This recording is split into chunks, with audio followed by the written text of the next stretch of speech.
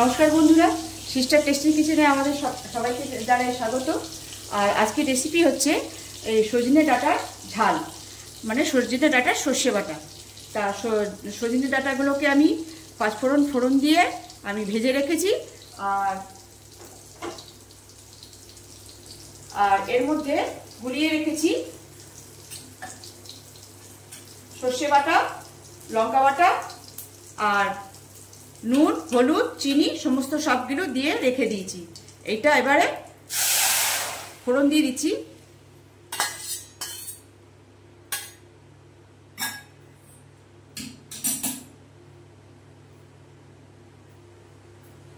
এবারে ভাজা পাঁচফোড়ন দিয়ে ভাজা ডাঁটাগুলোকে দিয়ে দিচ্ছি।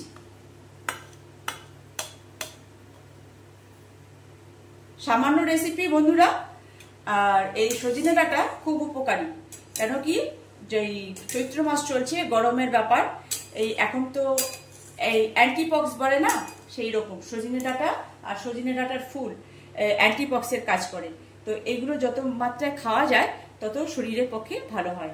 তো আজকে এই জন্য আমি রেসিপি রেখেছি ঘরোয়া পদ্ধতিতে। সামান্য রেসিপি ঘরোয়া পদ্ধতিতে আমি রেখেছি সজনে ডাঁটা সর্ষে বাটা। আর আপনারা এখানে আলুও দিতে পারেন আর উচ্ছেও দিতে পারেন। আমি এখানে আজকে শুধু ডাঁটার ঝাল করছি। তো দেখুন আমার প্রথম থেকে শেষ পর্যন্ত ভিডিওটা, তাহলেই বুঝতে পারবেন যে সজনে ডাঁটা চচ্চড়িটা কত সুন্দর আর যেহেতু আমি চিনি দিয়েছি, বেশ সুন্দর নুন ঝাল মিষ্টি মিষ্টি হবে। সজনে ডাঁটাটা খেতে তত ভালো হবে।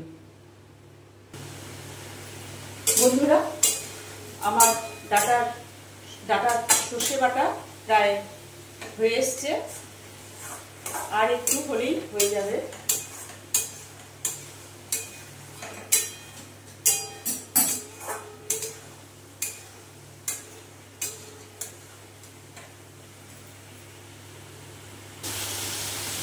বন্ধুরা, আমার ডাঁটার সর্ষে বাটা হয়ে গেছে।